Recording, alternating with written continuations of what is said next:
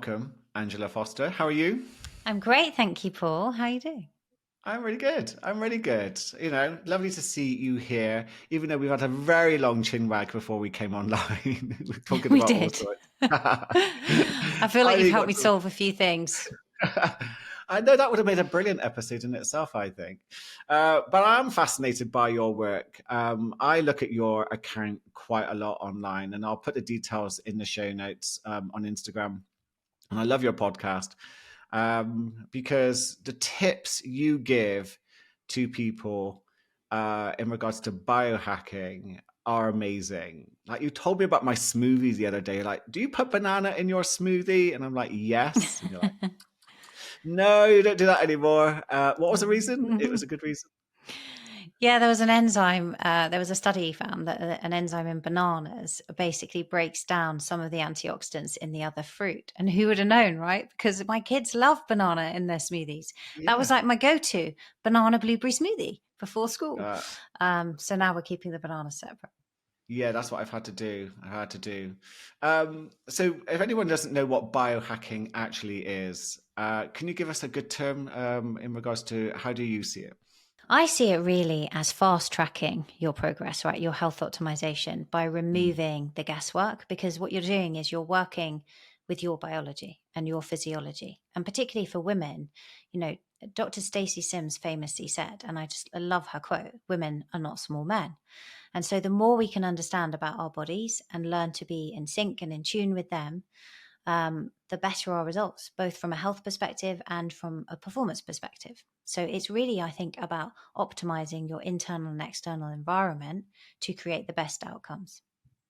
Yeah, because you hold what is the thing that you do? You've got a female biohacker collective, haven't you? I do. Yes, I do. Yeah. Yeah. Have a membership for women to kind of help women biohack. And then also, we've created the concept of biosyncing, right? Which is really what if you could make it much more intuitive and instead of kind of hacking, which just sounds very masculine and almost a bit Mm. scary, what if you could sync everything so everything lines up for you? And that's really kind of the main basis of my work now is how can we sync with your female physiology, but also Mm. in your hormones, and we can talk about that and sort of your life stage because it changes obviously across the trajectory for women. And then how can you sync with your biorhythms? So we all have a unique chronotype, right? Some people are early morning people, some people are night owls. Like, how can you achieve more flow by syncing with your biorhythms? And then you and I think, both talk a lot about sort of stepping into your future self. And that's very much then Mm. about how do you sync with your goals and values and with that future version of you that achieves everything you want. And I think when you put those things together, it's really powerful combination to help you optimize your health for higher performance in business and in life. I love that.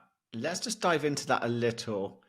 So, what are the main problems someone would come to you with that would, that often gets brought up in part of this collective? What are people struggling with that they need help with? So many of the things, I mean, some of the things are around, goal setting, achieving, manifesting, and things like that.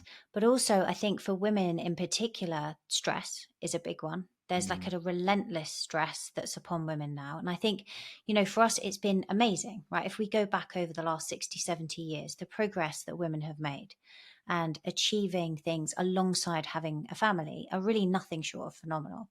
And we've had so many opportunities and things, but with that comes an extra burden of stress because, we're still really primarily the ones that are responsible for thinking about, even if it's not just caring for the children, we may have help. But as women, we're kind of very tuned in with our kids and the emotions, and we carry everything around in our head, the birthday party, the sports fixture they've got, whether they've got the right things for the trip, whether the child comes home upset, and all this stuff that's going on. And I think that women's bodies are not really designed for that relentless output. They need to have, just like men do, they need to have some rest and recovery. But I think that women are super conscientious and will always often will put other people before themselves. And so they're kind of last on the list. And I think what we're seeing is quite a lot of disruption in women's hormone balance as a result.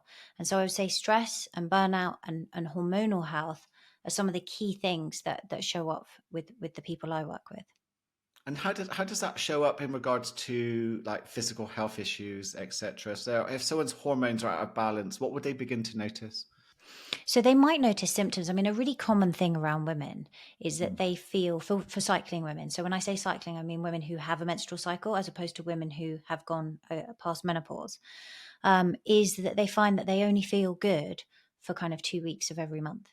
And that's hard because Right. that's kind of running into 50% of your time. And I think it's just there's an acceptance that maybe I'm not going to feel good in the week running up towards my period, or I'm not going to feel great during menstruation. And that's just the way it is. But it doesn't actually have to be. And I think that when you start to kind of understand that if you think of hormones, right, is what we really want to happen is it's kind of like an orchestra. And when they're in balance, it's going to play a really beautiful symphony. But if something goes out of kilter, that's when you're going to get symptoms. So you may find that you get extra period pain, you may get PMS, you may get irritability, you can have more extreme things developing like fibroids, endometriosis from different kind of hormonal patterns and things, and inflammation within the body. And so I think like really understanding, because we're just given a very short lesson on it at school in biology. Girls don't Yeah, really yeah. receive much more than men, and I think that it's sort of glossed over quite quickly and you just have to get on with it and get on with things and show up the same. And I think it's not about doing less. I think women are necessary. I think women are strong and strong at any point in the month. But I think it's about understanding when you might need to adjust your food a little bit to take account of changing hormones in a positive way that can give you more support. When you might need to factor in a little bit more recovery from exercise or doing slightly less exercise in Mm. terms of its intensity. And when you start to understand these things, you don't really suffer so much with those hormonal symptoms and you can live life in more flow and balance. Oh, I love that. What would if someone was listening to this? I have two questions. I was thinking if a guy was listening to this and he's got a wife at home or you know teenage or adult daughters and stuff like that, what does he need to know?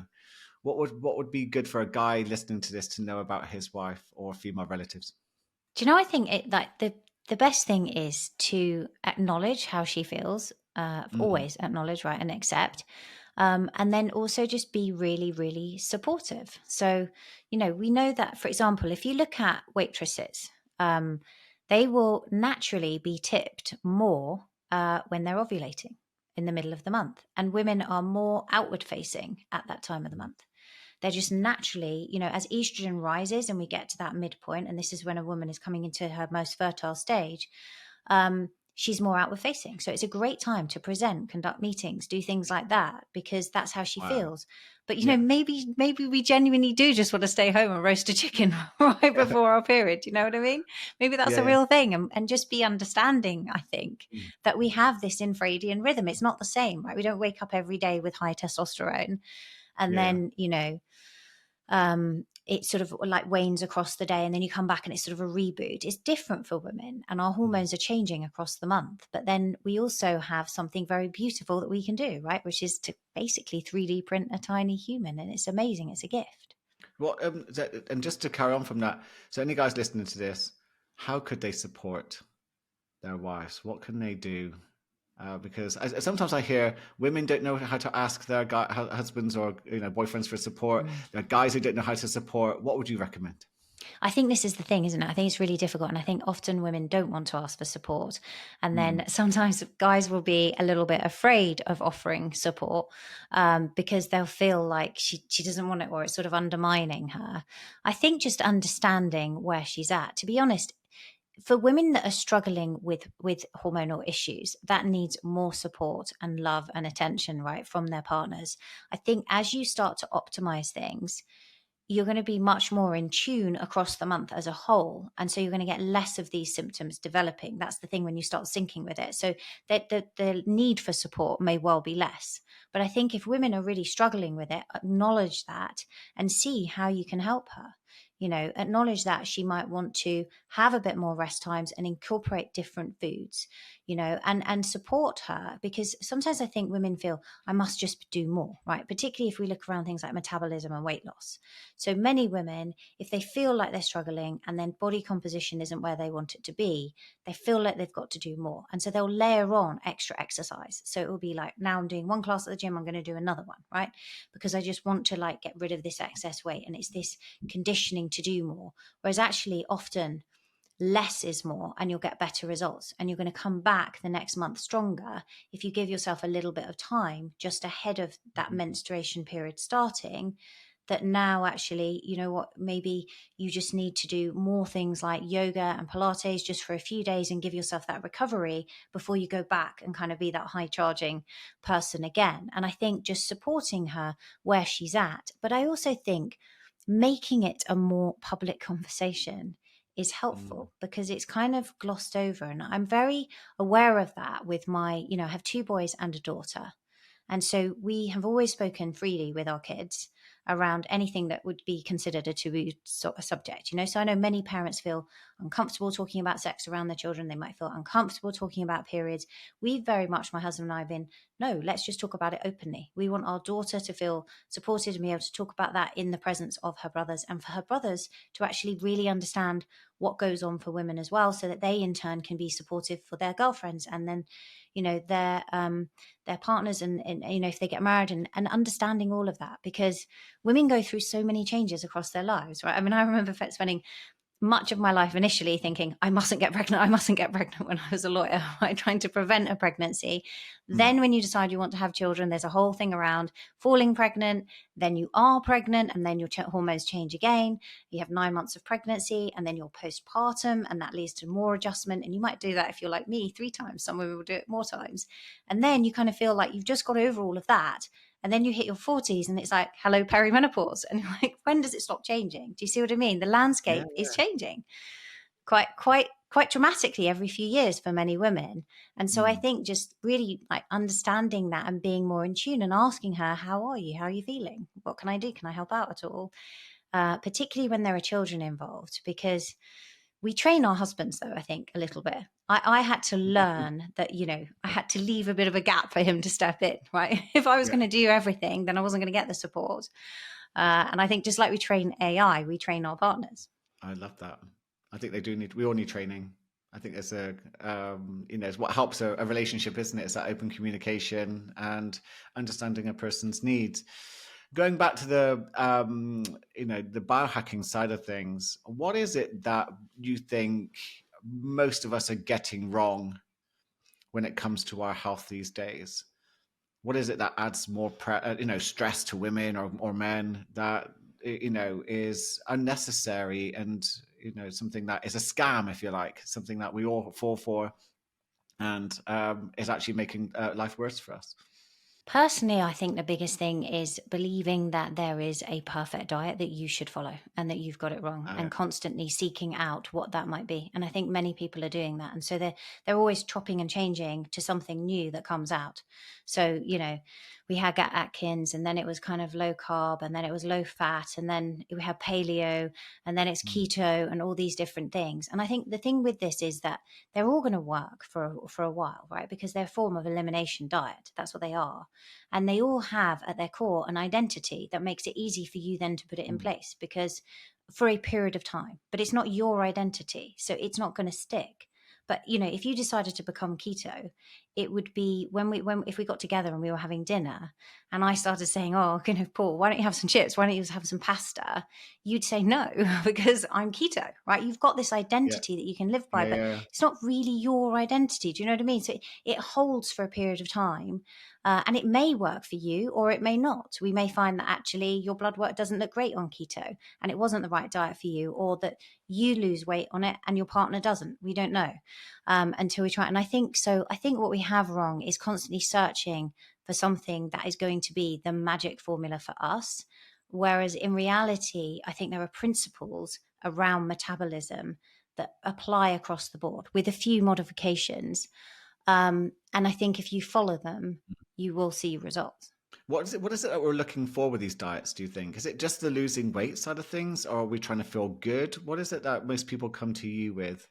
I think most people they want often do want to lose weight. I think that a Mm, very real. I don't tend to see a lot of very overweight people, but I think mm, most people tend to have somewhere of like 2 or 3 kilos at least that they feel they constantly got to play with. Right, they're not quite where they want to be, and for others it's going to be more than that.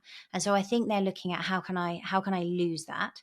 How can I? The other thing I think that's really common, and this is just the natural passage of life, is as we're aging, we're losing muscle mass unless we're paying attention to it. So unless we're strength training, we are losing muscle mass.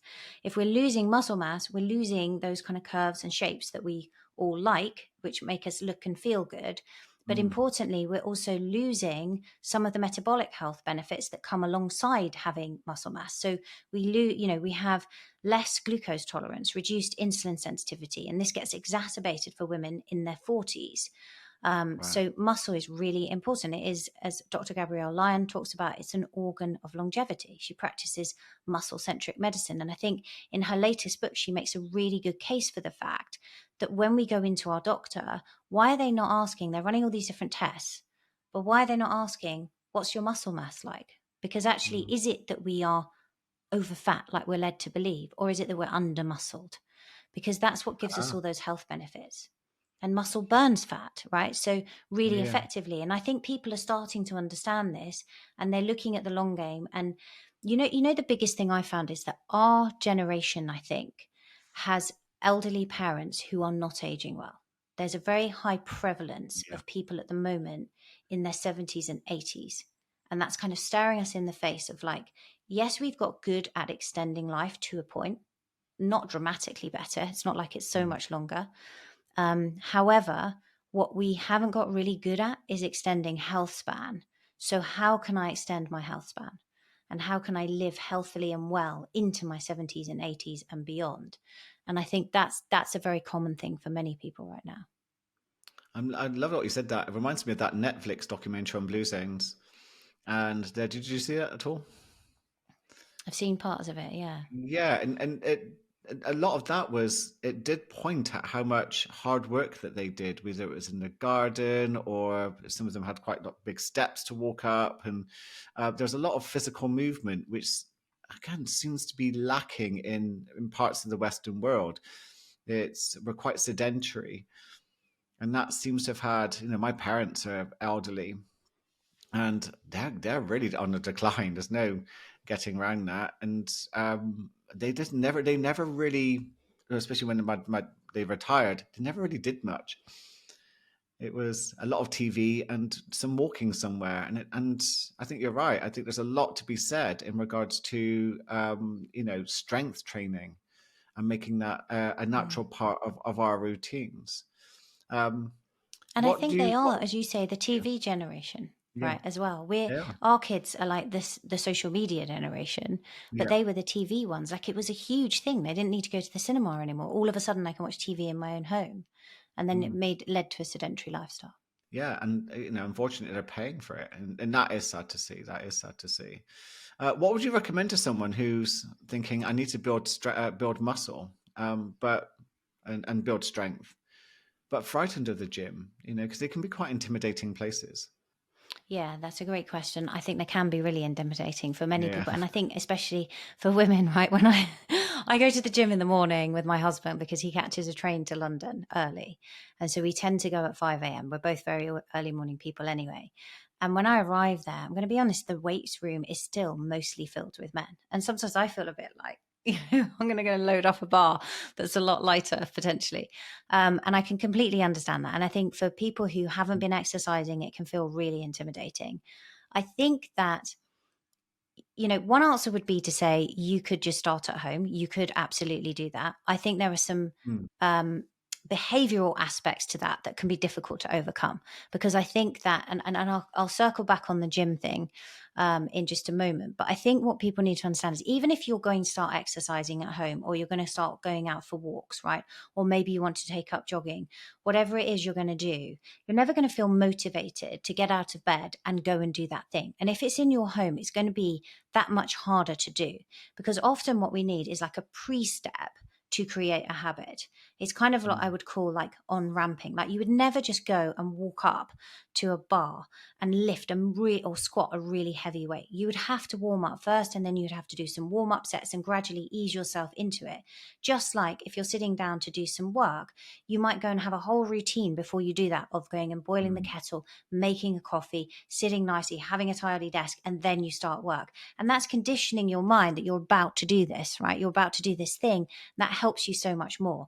And I think where some people can fall down is they think, well, I don't really want to go to the gym, I'm just going to take up running. And then you look outside in November here in the UK in the morning, and it's dark and it's windy and it's red. And you're like, my bed just seems so much better than this. And it's really hard to overcome. So I would always say, if you're going to start exercising from the beginning, put something in place that is just the pre-step to the exercise, and then make the exercise bit easy so that you can accomplish it. And then you can start to establish a streak, and you can build up from there. So what you've done then is, each time you're priming your brain now, just like when we bath a baby before bed, the baby knows bedtime's coming and we read a story. You're actually priming yourself that this is the next step, it's coming. So much easier to get into that, just to have that pre-routine. And so with that being said, what can you do if you feel a bit nervous about going to the gym? There's two things. You could exercise outside of a gym. In many ways, you can start with body weight. Over time, it's unlikely that you will be able to continue purely with body weight if you really want to make body composition changes, because your body's going to become used to what you do. You can become creative with it. So you can make yourself do things like, there's some science behind a great book by Doug McGuff, which is Body by Science, I think, where it's all about super slow strength training. And so you literally, like, you could be doing a push-up, but you're doing it so slow. It's taking you 10 seconds to go down, and then 10 seconds to come up. That's a very different to just getting on the floor and dropping and doing 20 push-ups. So you can create stimulus in many different ways. But ultimately, you may find yourself wanting to get into the gym. And I think the best thing you can do, it's one of the best investments you can make, is to get a personal trainer for a few weeks to show you how to move through the equipment safely, and how to establish really good functional movement patterns before you start increasing any weight, so you don't injure yourself. And I think as you become more confident with that, and you understand what to do, then you're much more likely to follow through with that program and start educating yourself. How can I increase muscle mass, and start tracking it? Because anything you measure, right, you can start to improve. If you're not measuring it, how do you know? If you don't ever write down what you lift in the gym, and each time you're kind of guessing, or you don't do your body composition analysis to understand, okay, I'm here, this is how much muscle I've got. If I really want to live a long time, how much do I need to have, and get that assessed, then you can see that you're making progress. That's really important, because progressive overload is a very key principle in this process. You need to progressively overload the muscle in order to see results. Yeah, and also I'd add to that, join a class. I go to And join, if you F45. can, join a class. Yeah, yeah, I do classes. Because I don't even have to think about the workout. Then it's all done for me. I just turn up, and then it's That's I true. just That's true. yeah, I just, and it's nice to be with a nice group of people as well. Yeah. Talking about longevity, And do what what else? you love, right? That's the thing. Yeah, That's do what you I think love. that's yeah. It's I'd also say on that, sometimes it can be a bit difficult for us divorce. So then people often move away from it, going, "Oh, I didn't like it enough." But even like with running, a lot of people started off running and hating it, and then later on they go, "Oh, actually, I'm enjoying the peace now. I'm enjoying that almost like a little meditation as they're running, or just getting some time on their own." So I'd also advise, Yeah. definitely give it time, even if it feels a bit difficult at first. Like Michael Easter's Comfort Crisis book. Have you read that? I haven't, no. No, and often we seek comfort too much, and I think something it's that's what they call it, the comfort crisis.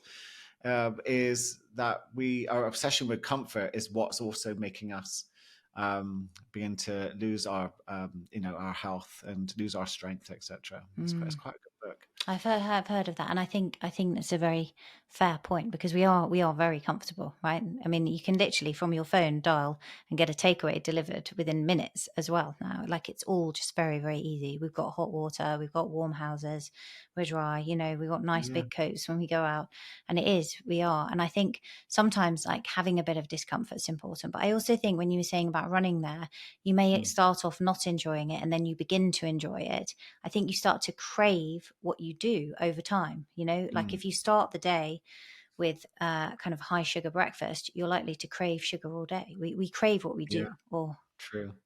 for a lot. Yeah, no, I agree with that. It's I think, yeah, we got sort of conditioning ourselves into it, and then that becomes our natural habit. I was going to ask you a question then about the the longevity side of things. What else is there besides exercise that we should be looking at? For the purposes of longevity. Yeah, because there's this whole thing Yeah. now. I've seen it all over the news that apparently they're saying that there's a person who's been born today that could be immortal. I don't know if that's true. It's long, the science of longevity that good now, or is it going to be Mm. that good? What do you think? I don't know. I think we've definitely got some exciting things to come. I think Mm. at the moment, how much can we actually extend life? I think you've got to really get compliance. That's the thing, because you need compliance from a very young age. So, I think even children, there's evidence that they can be, having more kind of, many children have high inflammation. In fact, like, I think 25% of children in the UK are living with obesity. So I think that, that is obviously a big health risk, huge health risk. And there are very young, young adults that are having, and I think even in the US, children that are having strokes, which is unheard of. Just like, previously we didn't have Mm. type 2 diabetes, it was associated with aging. And then now it's become much longer because we're not looking after ourselves. I think that if, in order to really increase your health span, you do need to pay attention to what you're eating, to how well you're sleeping, to how well you're managing your stress, and Mm. also to utilizing your brain. The brain is another muscle, and often a forgotten muscle. And I think that's why sometimes we'll see such rapid sort of decline after retirement, because people aren't using their brain anymore. And it's an organ like any other organ that needs to be used. So I think if people are really dialing in those things and they're keeping inflammation low and they're controlling their blood glucose, then Mm. can we stave off? Because really, when you were talking there about the blue zones and you look at the work of Dan Yeah. Butner, what he's saying there is, it's not that they're living longer with disease. They're living longer first in the absence of disease. And that's what really gives longevity. Uh, And so I think the more we can be preventative in our healthcare and really start to do, we in the UK, we don't really do checkups. We don't do annual blood work from a young mm. age. So even in your 40s, if you're starting to look at that with your doctor, if you're looking at your hormones, do you really have a picture of what you were like in your prime, in your 20s or 30s? So anyone that's younger that's listening to this, if you do genuinely want to proactively take care of your health, I would start measuring things in your 20s when you're in your prime and understanding those numbers and working with a practitioner to get them on board, to get any inflammation down, to manage your glucose effectively. Um, because really, I think Dr. Peter Attia talks about in his book Outlive what he calls the four horsemen, right, that get us. And that's atherosclerosis or cardiovascular disease, which is one of the leading killers. Dementia is another one, metabolic disease, and cancer. And I think that the more that we can protect against those, that's how we're going to see life extension. And Mm. obviously, alongside that, there's loads of like sexy supplements that are coming out that you can take that enhance things like NAD, which is, dubbed the molecule of youth, and spermidine, for example, that helps with inflammation. And I think all these things are incredible. But before doing that, you also want to get the basics dialed in terms of your nutrition, your sleep, your movement practices, your stress, and your resiliency. And that stress, as you sort of mentioned there, is two pronged, right? It's managing bad forms of stress, but it's in also embracing what they call eustress, EU stress. Eustress, which is like, or hormetic stress, right, which is positive stress that's going to make you more resilient in terms of your body and mind. I love that. And in regards to resilience, that is a big thing, isn't it, at the moment? And actually, going back to the Michael Easter book, about doing something uncomfortable each day. What do you do to boost your resilience? Is there anything that you do to, besides strength training and being a parent, is there anything that you recommend that helps you? Yeah, so I think that other things that I do are some form of cold exposure, which I think is brilliant Yeah, anyway for the me mind, too. and that's been linked. You probably know, right? Yeah, yeah. Being in the profession you're in, that it's really good for mental health and helping with depression rates and things like that. I think also sauna is something that I love. I think that's great. That's helping with heat shock proteins, and that's a form of stress.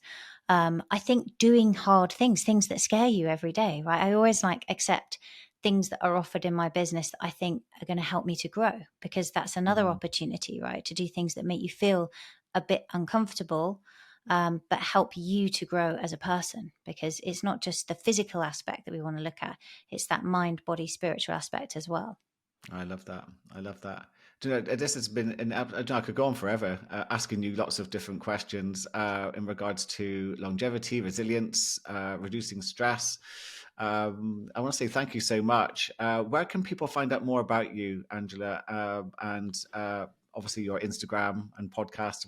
Where can they find you? Thank you. I've loved chatting to you. People can find me. My Instagram is Angela S. Foster. My podcast, which Paul is coming on, is High Performance Health. And then if you're listening and you're thinking, I just want to get a snapshot of my health and where I am now, some of these things we've been talking about and more, I talk about a shift protocol for optimization. So it's sleep, hormones, insights, how you fuel your body and how you train your body and mind. So things like meditation and breathwork and all the things you talk about as well.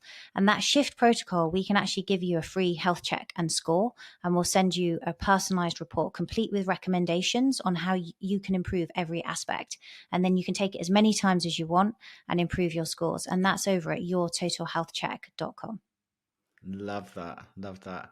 Thank you so much. And to everyone listening, thank you for joining me and Angela Foster on the Mindset Change podcast. I'll look forward to connecting with you in the very next episode.